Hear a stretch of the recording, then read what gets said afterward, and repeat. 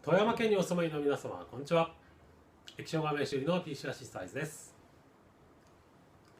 当店では格安液晶パネルの交換をしております。液晶画面に関することであればメーカーを問わず何でもご相談ください。通常メーカーに修理を依頼しますと6万円から8万円ほどかかってしまいますが、当店なら半額以下で。諦めていた皆様もどうぞ当店にお問い合わせください。それではどうぞよろしくお願いいたします。PC アシスタイズでした。